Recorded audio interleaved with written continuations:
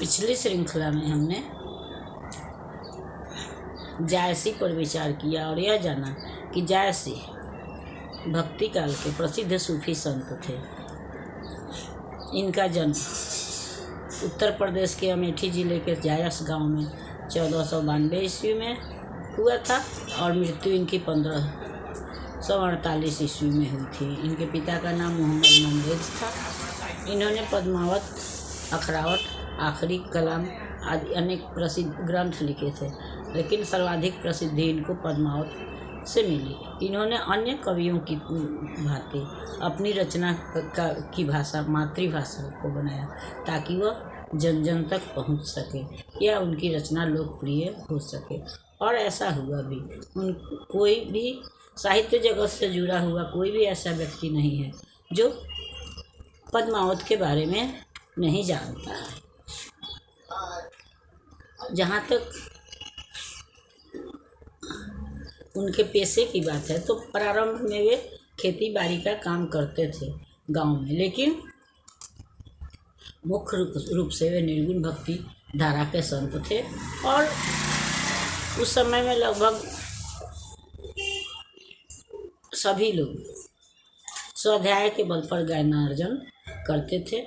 जहाँ तक रूप की बात है तो जायसी जो है वो रूपहीन थे। उनकी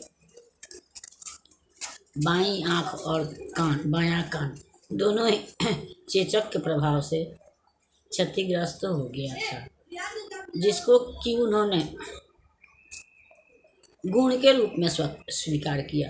उन्होंने इसको हीन भावना के रूप में नहीं, इस दृष्टि बाधिता ने या श्रवण बाधिता ने उनको हीन भावना का शिकार नहीं बनाया, बल्कि उन्होंने अनेक प्राकृतिक उपादानों के माध्यम से इसका समर्थन किया कि संसार में बहुत सी वस्तुएं हैं जो एक हैं लेकिन वह महत्वपूर्ण है। दूसरी बात, उन्होंने यह भी कहा कि कमी सब में होती है, लेकिन यह हमारे ऊपर निर्भर है कि हम उसके गुण को देखते हैं या दुर्गुण को देखते हैं। उदाहरण के लिए उन्होंने वही चांद, समुद्र, शुक्र ग्रह आदि का उदाहरण दिया, जिसको कि हम इनके प्रस्तुत पद में देख सकते हैं। उनकी पहली रचना जो है वह कड़बक के नाम से संकलित है। कड़बक का मतलब होता है कड़वे बोल। जो हम यह भी जानते हैं कि सत्य जो होता है वह कड़वा ही होता है, तीखा ही होता है, और जो सहृदय व्यक्ति हैं, सच्चे व्यक्ति हैं या जो संत होते हैं वह बिना लाग लपेट के हमारे लाभ की बात सीधे साधे सच्चे शब्दों में कहते हैं। सुनने वाले को अच्छा लगे या बुरा लगे यह उस पर निर्भर है। सच्चाई कड़वी होती है, यह हम सब जानते हैं, और इसीलिए इनके रचना का शीर्षक कड़बक दिया गया है। इसमें हम इनके प्रथम पद पर विचार करेंगे, जहाँ पर इन्होंने अपने एक आँख या एक कान की उपयोगिता सिद्ध की है या उसकी सर्वश्रेष्ठता सिद्ध की है। वह कह रहे हैं, उन्होंने स्वयं स्वीकार किया है कि मोहम्मद बाई दिसी सजा, एक श्रवण एक आँख, लेकिन उसको इन्होंने वरदान माना है, अभिशाप नहीं, जिसको कि हम इस पद में के माध्यम से ज़्यादा समझ सकते हैं। एक नैन कवि मोहम्मद गुनी सोई बिमोहा जेई कवि सुनी, चांद जैस जग विधि अवतारा, दिन कलंक किन्न उजियारा। ये स्वयं स्वीकार करते हैं कि मलिक मोहम्मद जायसी के पास एक आँख थी, लेकिन जिसने भी इस एक आँख को यानी उनके बाहरी रूप को छोड़ करके उनके आंतरिक रूप को देखा, वह उन पर मोहित हो गया। ये या वो इतने गुणवान हो गए, या वो दूसरे के लिए भी कह रहे हैं कि अगर हम अपने अंदर गुणों को, सद्गुणों को विकसित कर लें तो हमारी शारीरिक सुंदरता या कुरूपता जो है वह कोई महत्व नहीं रखती है। अगर हम कुरूप भी हैं और सद्गुणों से भरे हुए हैं तो समाज में हमारी प्रतिष्ठा है, हमारे अंदर आत्मविश्वास है। लेकिन स्वरूप होने के बाद भी अगर हमारे अंदर सद्गुण नहीं है तो हम त्याज्य हैं। उदाहरण के लिए वही उन्होंने चांद का उदाहरण दिया है कि चांद जो है वह, चांद में दाग होता है लेकिन फिर भी वह अकेले आसमान में उजाला करता है। अकेले ही चांद जो है वह पूरी दुनिया में प्रकाश भर देता है। इसलिए एक आँख होने से उनको कोई अंतर नहीं पड़ता। जिस तरह से चांद में दाग होने के बावजूद चांद पूरी दुनिया को जो है वह प्रकाशित करता है, इसी तरह से एक आँख का होने के बावजूद गुणों से भरे हुए हैं। जब सूझा एक कहीं नैना हुआ सुख अस नक्तन महा। वो कह रहे हैं कि यह संसार जो है वह तो एक आँख से भी उतना ही दिखाई देता है जितना कि दोनों आँखों से दिखाई पड़ती है। जिस तरह से नक्षत्रों में नखत का मतलब नक्षत्र है और उआ मतलब उगने से है, तो जिस तरह से नक्षत्रों के बीच में एक शुक्र उदित हो जाता है तो वह सबसे ज़्यादा ज्योतिर्मान, सबसे ज़्यादा प्रकाशमान दिखाई पड़ता है, सबसे ज़्यादा चमकीला दिखाई पड़ता है। इसी तरह से उनकी एक आँख जो है वही सारे दुनिया को देखने में सक्षम है। एक आँख से ही वो सब कुछ देख लेते हैं जो कि ज़्यादातर दो आँखों वाले लोग नहीं देखते हैं। इसलिए वह एक आँख के होके भी श्रेष्ठ हैं। जो लई अम्बहि डाभ न हुई तो लई सुगंध बसाई न सोई।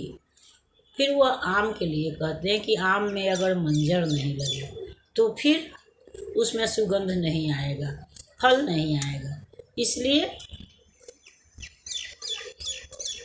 गुण और सद्गुण और दुर्गुण सब में होता है, लेकिन देखना यह होता है कि किसी में सद्गुणों का विकास हो जाता है, सद्गुण ज़्यादा हो जाता है, दुर्गुण कम हो जाता है। किसी में दुर्गुण ही ज़्यादा हो जाता है और सद्गुण कम हो जाता है। तो आम खूबसूरत होता है लेकिन फिर भी वो फलों का राजा कहलाता है, रसराज कहलाता है, लेकिन उसके अंदर क्या है, खट्टापन है। फिर भी आम जो है वह सर्वश्रेष्ठ है, उसमें मंजरियाँ और सुगंध आती हैं तो वह सबको अपनी ओर आकर्षित करता है। तो कहने का मतलब है कि हमको अपने गुणों को विकसित करना चाहिए, न कि रूप को। हमारे गुण अगर विकसित होंगे तो लोग अपने आप हमारी तरफ आकर्षित होंगे, हमारी प्रशंसा करेंगे। किन्न समुद्र पानी जो खारा तो अति भय असीज खारा। समुद्र का पानी भी खारा होता है लेकिन उसका क्षेत्र जो है वह विशाल होता है, विस्तृत होता है। कहने का मतलब फिर वही है कि गुण और सद्गुण और दुर्गुण दोनों में होता है। समुद्र विशाल है, अथाह है, अनंत है, लेकिन फिर भी उसका जल खारा है। लेकिन कोई भी समुद्र की शिकायत नहीं करता, बल्कि सब समुद्र की प्रशंसा करते हैं, समुद्र को देखने जाते हैं। तो इस तरह से समुद्र जो है वह प्रशंसनीय है। जो सुमेरु त्रिशूल विनाशा भा कंचनगिरी लाग आकाश। जब सुमेरु पर्वत का त्रिशूल के माध्यम से विनाश हो गया तो वह कंचनगिरी बन करके आसमान के को छूने लगा।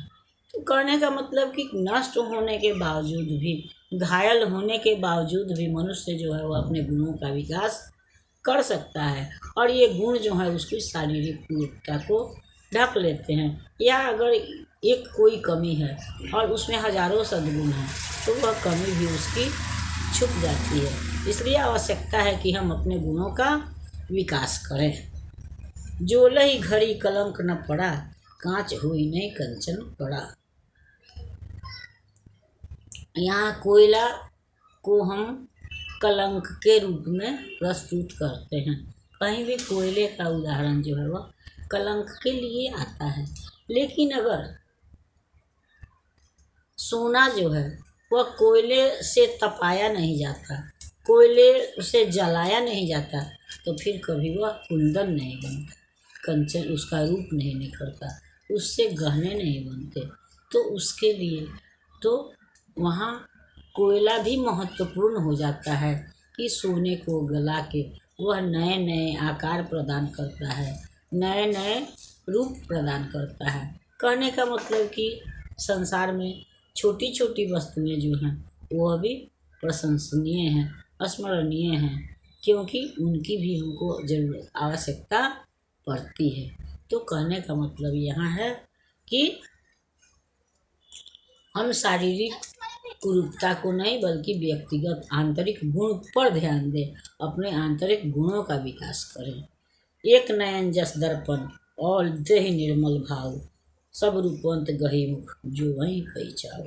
वो कह रहे हैं कि जो आँख हमारी जो एक आँख है वह दर्पण की भांति, आईने की भांति है, जिसमें कि सभी लोग अपना रूप निहारते हैं, या रूप आईना भी एक ही होता है, लेकिन वह हमारा वास्तविक चेहरा हमको दिखा देता है। तो उसी तरह से एक आँख भी जो है वह दुनिया को देखने में, दुनिया की वास्तविकता को समझने में सक्षम है। और दूसरे शब्दों में हम कह सकते हैं कि एक आँख का होने के बावजूद, कान से भी वह बाधित होने के बावजूद उनके अंदर हीन भावना नहीं है, बल्कि उन्होंने अपने हीनता को उदारता के साथ स्वीकार किया है और अपने गुणों को इतना बढ़ा लिया है कि उनके रूप की कहीं चर्चा नहीं होती है।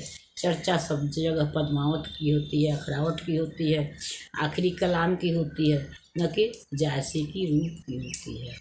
तो और इस तरह से हम अपने लिए या औरों के लिए भी कह सकते हैं कि अगर हमको अपने शारीरिक बनावट से ज़्यादा, ऊपरी बाहरी चमक दमक से ज़्यादा अपने आंतरिक गुणों के विकास का प्रयास करना चाहिए। अगली श्रृंखला में हम उनके अगले पद पर विचार करेंगे। तब तक अगर यह आपको पसंद आता है यह श्रृंखला तो इसको लाइक कीजिए, सब्सक्राइब कीजिए। पुनः मिलते हैं अगली श्रृंखला में, तब तक के लिए धन्यवाद।